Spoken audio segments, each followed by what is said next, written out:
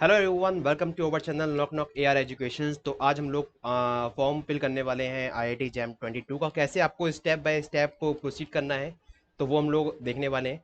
तो सबसे पहले आपको गूगल पे सर्च करना है आईआईटी जैम। आपको सबसे पहले सर्च करना है आईआईटी जैम 2022। जैसे ही आप ये सर्च करोगे तो आपके पास ये कुछ साइट दिखेगी। यहाँ पर आपको यहाँ पर इस साइट पे क्लिक करना है jam.iitr.ac.in। जैसे ही आप इस साइट के क्लिक करोगे तो आपके पास जो नेक्स्ट इंटरफेस जो आएगा वो कुछ आएगा इस टाइप का। जैसे कि आप देख पा रहे हो कि यहाँ पर एक न्यू हेडलाइन चल रही होगी, jam online application processing system is live now. तो आप जैसे ही इस पर क्लिक करोगे तो आपके पास कुछ इंटरफेस ऐसा यहाँ पे खुल के आएगा। तो जो ऑलरेडी रजिस्टर कर चुके हैं उनको बस खाली यहाँ पे ईमेल आईडी डालनी है एंड पासवर्ड डालना है एंड इस अर्थमेटिक को सॉल्व करना है। और जिसने नहीं किया है तो यहाँ पर एक ऑप्शन आता है एग्जिस्टिंग फॉर न्यू यूज़र। ठीक है, तो न्यू यूज़र के लिए यहाँ पर एक ऑप्शन आता होगा, तो उस पर क्लिक करोगे आप जैसे ही न्यू यूज़र वाले पर, तो आपके पास यहाँ पर फर्स्ट नेम डालना है आपको। तो मान लीजिए आपका समथिंग फर्स्ट नेम है XYZ, मिडल नेम आपका कुछ है, सरनेम आपका कुछ है, तो आपको वो यहाँ पे फिल करना है। तो आपने जैसे ही फर्स्ट नेम और सरनेम यूज़ करोगे तो आपके पास यहाँ पर ऑटोमेटिक यहाँ पे ये फिल हो जाएगा। याद रखिएगा कि आपको नाम से पहले किसी भी टाइप का टाइटल यहाँ पे यूज़ नहीं करना है, just like mister, Shri, doctor, Mrs, Shrimati, something. ठीक है, शुड नॉट बी यूज्ड। अब बात करते हैं कि ईमेल एड्रेस। तो आपको यहाँ पे वही ईमेल एड्रेस यूज़ करना है जो आपका पर्सनल ईमेल एड्रेस, जिस पे ओटीपी आ सके। ठीक है, जिस पे आप ओटीपी आराम से आ सके। तो आपको यहाँ पे वो यहाँ पर ईमेल एड्रेस डालनी, तो समथिंग xyz@gmail.com आपने यहाँ पर ये डालनी है, यहाँ पे मेल आईडी। एंड देन उसके बाद आपको करना क्या है कि मेल एड्रेस डालने के बाद आपको इसी मेल आईडी को दोबारा यहाँ पे कंफर्म कराना है। एंड देन मोबाइल नंबर आपको वो प्रोवाइड कराना है जिस पर आपका ओटीपी आ सके। याद रखना कि ओटीपी मस्ट है। तो आपको mail ID and mobile number सिर्फ वही प्रोवाइड करने हैं जिस पर आप लोग के पास ओटीपी पहुंच सके, क्योंकि ओटीपी मांगा जाएगा। ठीक है, तो आपका मोबाइल नंबर समथिंग समथिंग कुछ ऐसा यहाँ पर आएगा और इसी मोबाइल नंबर को आप यहाँ पे कंफर्म कर दोगे कुछ इस टाइप में। ठीक है, तो आपके पास ये वाला स्टेप फॉलो हो गया। जैसे ही आप मोबाइल नंबर कंफर्म कराओगे फिर आपसे पूछा जाएगा पासवर्ड के लिए। अब देखो यहाँ पर पासवर्ड्स के लिए कुछ स्पेसिफिकेशन दे रखी हैं कि पासवर्ड ऐसा कोई भी मत रखिए जिसको हम आसानी से मतलब गैस कर सकें। जैसे कि कुछ लोग होते हैं कि अपने नाम पे ही पासवर्ड रख लेते हैं, या फिर डेट ऑफ बर्थ रख लेते हैं, या फिर कुछ भी जस्ट लाइक एक सीरीज में लेटर लिख लिए 1 2 3 4 5। ठीक है, तो ऐसा कुछ मत रखना जिससे आपके डेटा को इनसिक्योरिटी फील हो। ठीक है, तो बेटर है कि पासवर्ड थोड़ा अच्छा रखना और उसकी लेंथ अपने पास होनी चाहिए 8 से 15 कैरेक्टर के बीच में। ठीक है, तो यहाँ पे पासवर्ड रखोगे आप एंड उस पासवर्ड को फिर आप यहाँ पे कंफर्म करोगे और कंफर्म करने के बाद इस अर्थमेटिक को आप सॉल्व करोगे। यहाँ पे जैसे ही आपने इस अर्थमेटिक को सॉल्व करोगे तो आपके पास जो नेक्स्ट इंटरफेस है, जो नीचे आप जैसे ही स्क्रॉल करोगे तो आपके पास यहाँ पर इस चेकबॉक्स पे क्लिक करना है, I agree and submit this form.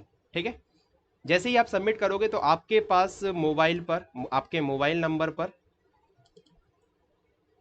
और आपकी मेल आईडी पर, ठीक है, मेल आईडी पर आपके पास क्या पहुंचेंगे, यहाँ पर ओटीपी पहुंचेंगे।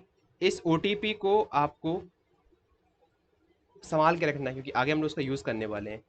फिर आपको करना क्या है, फिर आपको यहाँ पे जैसे ये इंटरफेस दिख रहा है लॉगिन वाला, आपको इस लॉगिन पे क्लिक करना है। जैसे ही आप लॉगिन पे क्लिक करोगे तो आपके पास इंटरफेस खुल के आएगा कुछ ऐसा कुछ, जिसमें आपको अपनी मेल आईडी डालनी है जो आप वहाँ पे पीछे डाल चुके हो।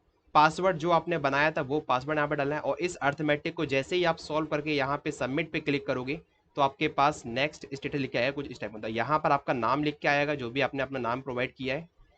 एप्लीकेशन स्टेटस, अब देखो यहाँ पे दो ऑप्शन आएंगे इस टाइप में, यहाँ पे दो ऑप्शन आएंगे, verify mobile number and verify mail ID, क्योंकि ये इस एप्लीकेशन पर already mobile number and email ID मैंने वेरीफाई कर रखी है। तो आपको करना क्या है, यहाँ पर आपको वेरीफाई मोबाइल नंबर पे क्लिक करना है। तो जैसे ही आप वेरीफाई मोबाइल नंबर पे क्लिक करोगे तो आपके पास यहाँ पे एक बॉक्स खुल के आएगा जिसपे ओटीपी लिखा होगा। तो ओटीपी आपके पास जो मोबाइल नंबर पे आया होगा उसको वहाँ पे सबमिट करना है। तो आपके पास मोबाइल नंबर वेरीफाई, सेम तरीके से आपके पास ईमेल आईडी पर भी आपके पास ओटीपी आया होगा तो वहाँ पर भी आपको ओटीपी डालना है। जैसे ही आपके पास ये दोनों काम कंप्लीट होते हैं फिर आपको काम करना है एडिट एप्लीकेशन फॉर्म पर। जैसे ही आप इस पर क्लिक करोगे तो आपके पास जो नेक्स्ट इन्फॉर्मेशन है वो कुछ खुल के आएगी यहाँ पर, जैसे कि यहाँ पे देख पा रहे हो, यहाँ पर आपके पास एनरोलमेंट आईडी कुछ यहाँ पे लिख के आएगी ऊपर, ठीक है। तो ये आपकी एनरोलमेंट आईडी होगी। अब देखो यार, यहाँ पर कुछ चीज़ें इस बार नई नई ऐड हुई हैं, like eligibility requirement and minimum educational qualification. तो ये आपके पास इस बार दो चीज़ यहाँ पर अलग से स्पेसिफाइड की गई हैं। चलिए देखते हैं कि जैसे ही आप एलिजिबिलिटी रिक्वायरमेंट्स पे क्लिक करोगे तो आपके सामने कुछ ये वाला पेज खुल के आएगा। तो इसमें आपको क्लियरली दिख रहा है कि all candidates admitted through jam should have a bachelors degree. यहाँ पे मेंशन नहीं की गई है किस टाइप की आपके पास बैचलर डिग्री होनी चाहिए, बस आपके पास बैचलर डिग्री होनी चाहिए, बस ये लिखा गया है। और काफ़ी लोग होते हैं ना, जैसे कि मान लो उसको उनको एमए का एग्ज़ाम देना है, तो वो सोचते हैं कि सर मैं बीए में हूँ या बीटेक कर रहे हैं, तो सर क्या हम लोग बैचलर्स, क्या हम लोग जैम एग्ज़ाम के लिए एलिजिबल हैं या नहीं। यस, आप एलिजिबल हो, बट उसके लिए कुछ क्राइटेरिया है अपने पास, ठीक है, जिसको हम लोग बोल रहे हैं मिनिमम एजुकेशनल क्वालिफिकेशन। तो यहाँ पे लिखा हुआ है कि जो क्वालिफाइंग डिग्री है उसमें आपके पास 55% या 5.5 सीजीपीए एटलीस्ट होनी चाहिए, this is for general and OBC. और 50% या 5 सीजीपीए होनी चाहिए एससी एसटी या पीडब्ल्यूडी कैटेगरी के लिए, ठीक है। और जैसे ही आप मिनिमम एजुकेशनल क्वालिफिकेशन पे क्लिक करोगे तो आपके सामने यहाँ पर खुल के आएगा ये कुछ पार्ट, और आपने को फोकस करना है मैथमेटिक्स। तो जिसको जो भी पार्ट पे फोकस करना है तो आप वहाँ पे जाकर काम कर सकते हो, ठीक है। जैसे ही आप इस पर क्लिक करोगे तो आपके सामने कुछ ये वाला पेज खुल के आएगा। जैसे आप देख पा रहे हो कि एमएससी मैथमेटिक्स यहाँ पे ये अकेडमिक प्रोग्राम है जो ये सभी आईआईटीज करवाती हैं। देखो यहाँ पे क्या लिखा है कि essential subject in bachelor degree along with the minimum duration. तो जो भी आपने बैचलर डिग्री की हो, अगर आप मैथमेटिक्स से दे रहे हो तो बस क्या लिखा है, मैथमेटिक्स फॉर एटलीस्ट 2 ईयर और 4 सेमेस्टर। आपके पास मैथमेटिक्स या तो 2 साल के लिए होना चाहिए, कम से कम 2 साल के लिए, या तो 4 सेमेस्टर में अपने पास मैथमेटिक्स होनी चाहिए।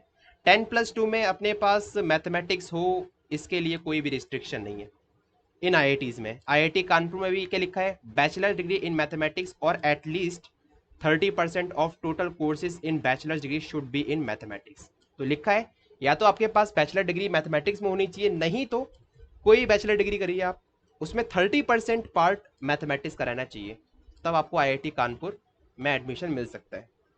उसके बाद ऐसे अपने पास और भी हैदराबाद है, जोधपुर है, भिलाई है, गांधीनगर है, गुवाहाटी है, और उसके बाद आईआईटी आईएसएम है। तो इन सब का मैंने यहाँ पे पीडीएफ दे रखा है, तो जाके आप पीडीएफ के थ्रू जा सकते हो। तो ये अपने पास मिनिमम एजुकेशनल क्वालिफिकेशन है जो इस बार नया एलिजिबिलिटी क्राइटेरिया यहाँ पे ऐड किया गया है। जैसे कि देख पा रहे हो, आईआईटी भिलाई, आईएसएम, तिरुपति, भुवनेश्वर, खड़गपुर, बॉम्बे, मंडी, बॉम्बे, भुवनेश्वर, सबके लिए अलग अलग से दे रखा है, यहाँ पे अलग से दे रखा है कि अपने पास रिस्ट्रिक्शन है कि नहीं। जैसे दो आईआईटी आईएसएम में बात कर ली जाए, आईआईटी आईएसएम में कंपलसरी कर दिया कि भैया आपके पास 10+2 में मैथमेटिक्स होनी चाहिए। आईआईटी तिरुपति में बात कर ली जाए तो वहां पर दे रखा है मैथमेटिक्स आपके पास होनी ही चाहिए, ठीक है। तो ये सब आपको देखना है। तो ये हो गया अपने पास क्या, मिनिमम एजुकेशनल क्वालिफिकेशन, ठीक है। अब हम लोग बात करते हैं, जैसे ही आप नीचे स्क्रॉल डाउन करोगे तो आपके पास यहाँ पे दो ऑप्शन आएंगे, आप कितने पेपर देना चाहते हो जैम 2022 में, एक या दो, ठीक है। तो अगर आप एक पे क्लिक करोगे तो आपके पास सेलेक्ट पेपर यहाँ पे 1, देन सेलेक्ट पेपर। अगर आप 2 पे क्लिक करोगे तो आपके पास यहाँ पे सेलेक्ट पेपर 2 का भी ऑप्शन आ जाएगा। तो हमने जैसे यहाँ पे 1 पे क्लिक किया, और जैसे ही हम लोग सेलेक्ट पेपर पे क्लिक करेंगे तो अपने पास यहाँ पे हमें चूज़ करना है जो भी आप एग्जाम देने जा रहे हो, फिजिक्स का, केमिस्ट्री का, बायो का, मैथमेटिक्स का। तो यहाँ पर आपको चूज़ करना है मैथमेटिक्स, अगर जो बच्चे मैथमेटिक्स का देने जा रहे हैं तो, और या जो बच्चे एमएस का देने जाते हैं तो वो यहाँ पे एमएस का चूज़ करेंगे। फिर यहाँ पर आपको एंट्रेंस एग्ज़ाम सिटी रखनी है कि आप किस जगह पर एंट्रेंस एग्ज़ाम देना पसंद करोगे। तो आप यहाँ पर अपने अकॉर्डिंग आपके आसपास की सिटी कौन सी है तो आपको यहाँ पर वो यहाँ पे फिल करनी है, समथिंग XYZ1, XYZ2, और तीनों ही कंपलसरी हैं, ठीक है। तीनों ही आपको फिल करनी है, यहाँ पर 3 सिटी आपको यहाँ पे फिल करनी है। जैसे आप इसको फिल करोगे, जैसे आप नीचे स्क्रॉल डाउन करोगे तो फिर आपके पास यहाँ पे एनरोलमेंट आईडी आएगा, यहाँ पर आपके पास नाम लिखा होगा आपका, ठीक है, ये ऑटोमेटिक फिल होगा। नेम ऑफ द कैंडिडेट, ये भी ऑटोमेटिक फिल होगा। ईमेल एड्रेस, मोबाइल नंबर, अगर आपने पिछली वाली विंडो में वेरीफाई कर रखा हो तो देखो यहाँ पे वेरीफाइड लिख के कुछ ऐसा कुछ सिंबल बन के आएगा यहाँ पर। एंड देन उसके बाद फिर आपके पास जो भी यहाँ पे डेट ऑफ बर्थ होगी आपको वो यहाँ पे फिल करनी है। उसके बाद यहाँ पे gender, male, female, other. Nationality आपके पास क्या है वो दिखनी है यहाँ पे। आईडी प्रूफ में आप यहाँ पे कुछ भी यूज़ कर सकते हो, आधार कार्ड, वोटर आईडी कार्ड, जो भी आपका है वो आधार कार्ड आईडी प्रूफ ला के उसका नंबर आपको यहाँ पे लिखना होगा। जैसे ही आप आईडी प्रूफ नंबर यहाँ पर लिखोगे, फिर आपके पास नेक्स्ट ऑप्शन आया कैटेगरी का, आप किस कैटेगरी से बिलोंग करते हो। ठीक है, अब देखो ये लिखा हुआ है guidelines for EWS OBC SC and ST can be found here. ठीक है, तो जो भी इसके लिए गाइडलाइंस, जो भी स्पेशल टाइप कैटेगरीज है EWS OBC SC ST के लिए, तो उनके लिए एक अलग से गाइडलाइंस बनाई गई हैं। और जो SC ST कैटेगरी से बिलोंग करते हैं उनके पास वैलिड कैटेगरी सर्टिफिकेट होना चाहिए, ये इन्होंने अलग से मेंशन किया गया है। ठीक है, तो अपने पास यहाँ पे जनरल है, EWS, जिस कैटेगरी से आप बिलोंग करते हो आपको वो यहाँ पे कैटेगरी सेलेक्ट करनी है। एंड देन अगर आप इस कैटेगरी में आते हो तो आपको यहाँ पे यस पे क्लिक करना है, अदरवाइज नो पे।